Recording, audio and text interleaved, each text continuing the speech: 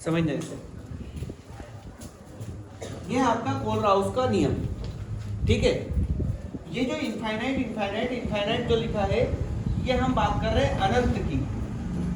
किसकी बात करेंगे? अनंत की। लेमडा से हम किसको दर्शाते हैं? चालकता को दर्शाते हैं।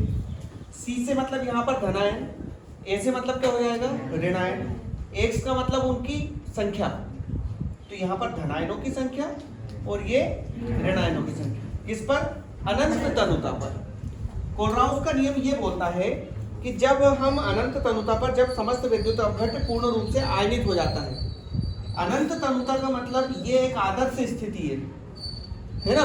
जैसे मान लो कोई सा विलयन है, ये विलयन कैसे बना है? एक कोई विलायक है यहाँ पर, अब वो विलायक ध्रुवी वगैरह जो भी जिस टाइप का है, इसमें हमने क्या मिलाया है? कोई सा भी विद्युत अपघट्य, मान लो हमने NaCl मिला दिया या NaOH मिला दिया, है ना।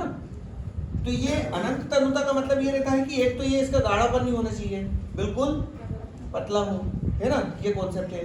ये पूरे तरीके से घुल गया हो, अनंत तनुता का मतलब, है ना। ये पूर्ण रूपेण क्या हो गया हो? घुल गया हो मतलब आयनिक हो गया हो।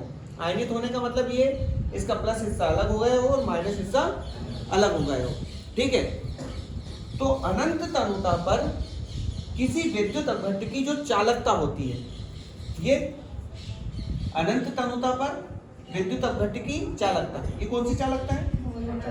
मोलर चालकता या आणविक चालकता। इसका जो मान होता है उस विद्युत अपघट्य में उपस्थित, है ना, अनंत तनुता पर धनायनों की चालकता, है ना। ये x क्या है? उसके अणुओं की संख्या, मतलब धनायन के जितने अणु होंगे, तथा, है ना, अनंत तनुता पर ऋणायनों की चालकता।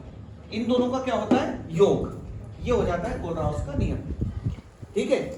मतलब आपकी जो परिभाषा है वो जो परिभाषा कहती है वो क्या कहती है? अनंत तनुता पर।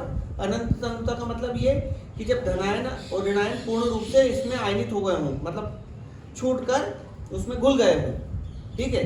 अनंत तनुता पर किसी विद्युत अपघट्य की जो आणविक चालकता का जो मान होता है, उसमें उपस्थित धनायन की चालकता और ऋणायन की चालकता का क्या होता है? योग। ये क्या है? आपका कोलराउस नियम है। अब इसके बाद लिखो इसमें अनुप्रयोग।